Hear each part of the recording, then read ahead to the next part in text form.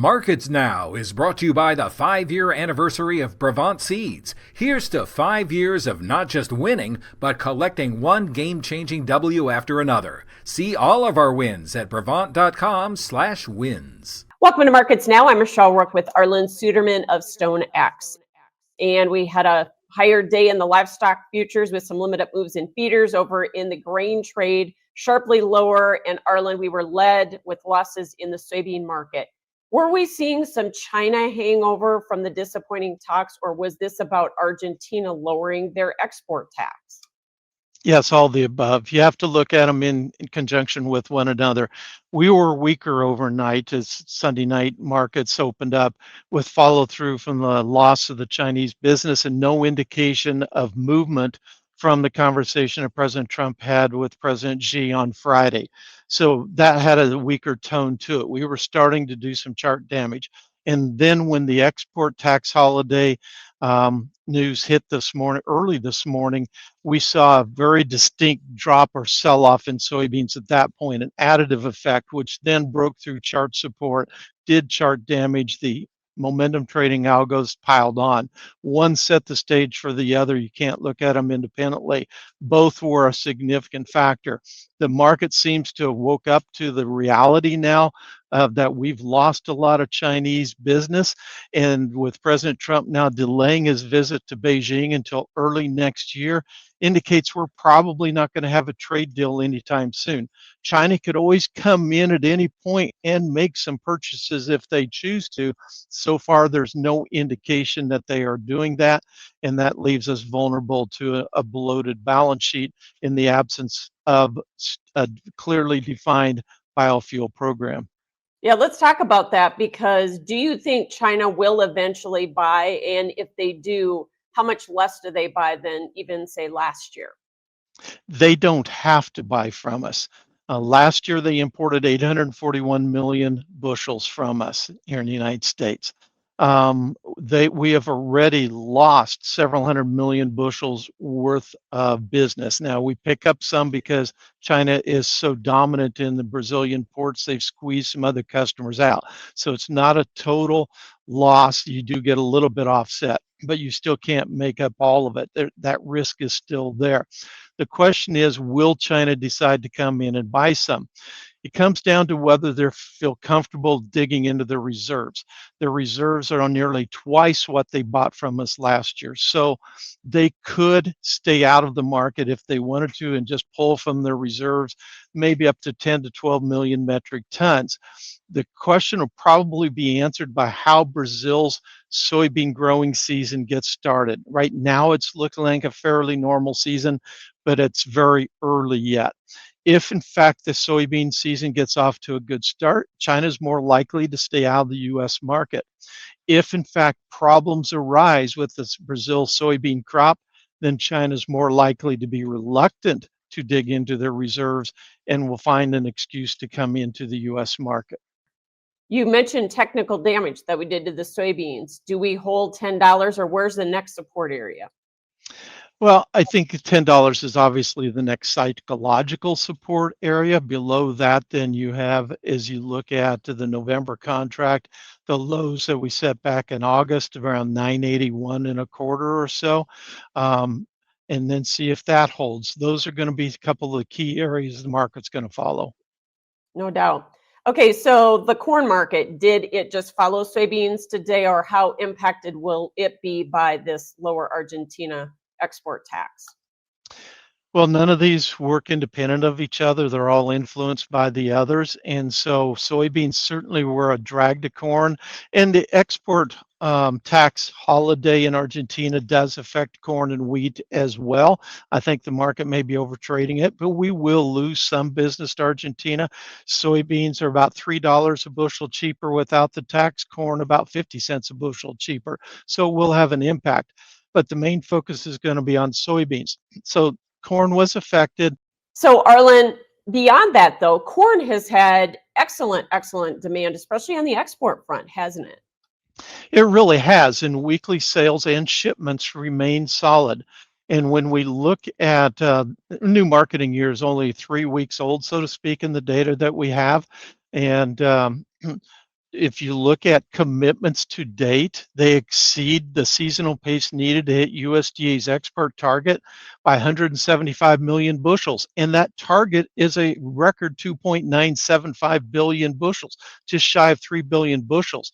So exports are really strong. It'll probably soften up a little bit with the Argentine exports tax holiday, but I think will still remain solid going forward. We are very competitive, and one big reason for that is Brazilian basis is strong right now. They just harvested a record crop or close to it, depending on where the final number comes out.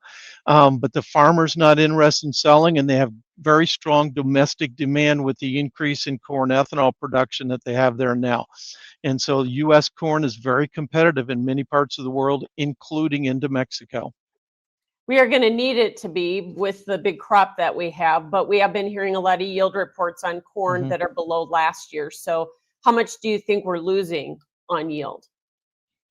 I think that's still tough to say. We do expect the yield's going to continue to trend lower, and we will be updating our customer survey next week on October 1st, and I'm anxious to see the data on that.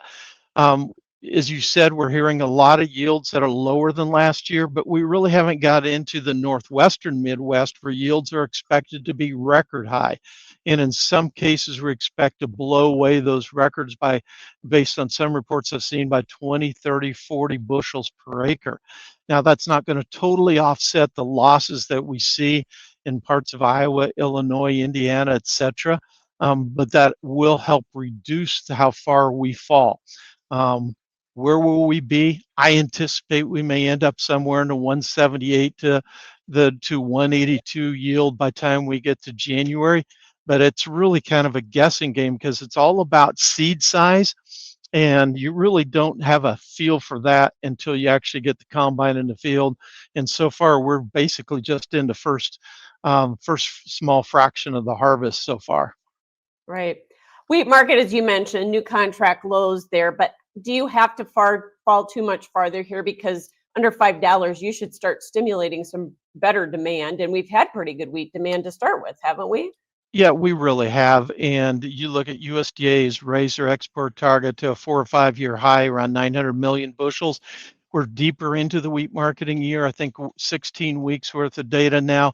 And basically, marketing year to date export inspections exceed the seasonal pace needed to hit USDA's target by better than 30 million bushels, and that's been growing. Every time we drop the price, we get more export business.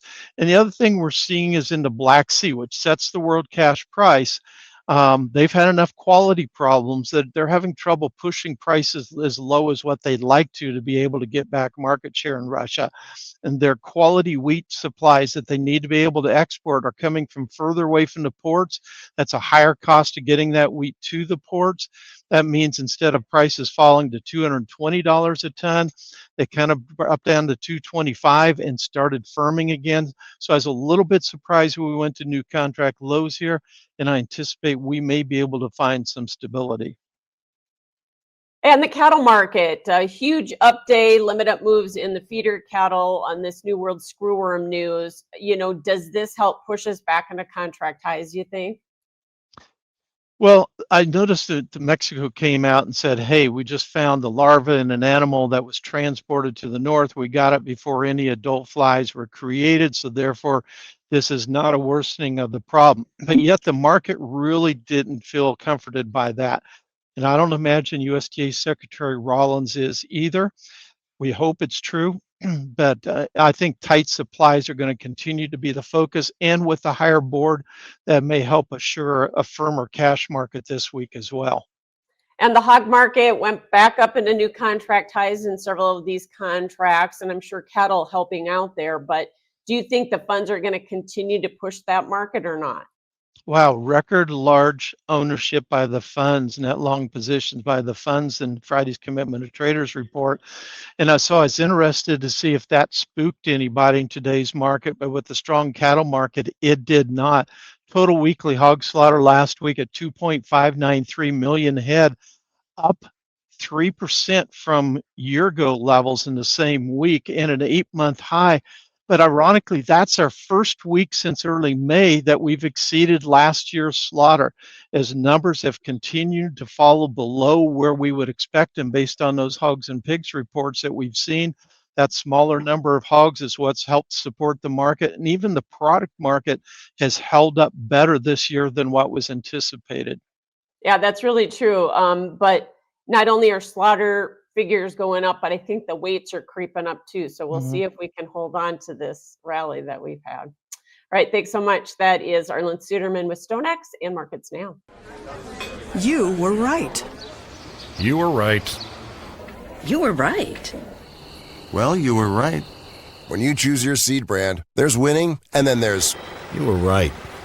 Should have gone with Brevant seeds. When you choose Brevant seeds, you don't just win, you get to be right. Don't just win. Talk with your retailer or visit Brevant.com/win to get started.